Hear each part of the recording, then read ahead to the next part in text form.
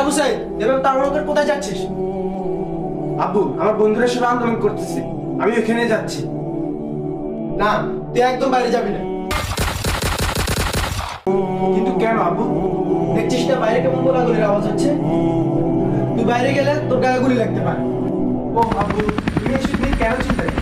আমার বন্ধুরা সবাই রাস্তাতে আছে, আমি গেলে কিছুই হবে না। কিছু হবে না মানে? তোর ফান গেলে কি ফান ফিরে আসবে? বাজারে গিয়ে আমার জন্য শাড়ি চুড়ি নিয়ে আসো, আমি এটা পরে পাশে বসে থাকি। চুপ বেয়াদব, তুই আমার থেকে বেশি বুঝিস? দেখো বাবা, তুমি যদি এখন আমাকে যেতে না দাও তাহলে আমি সুসাইড করবো।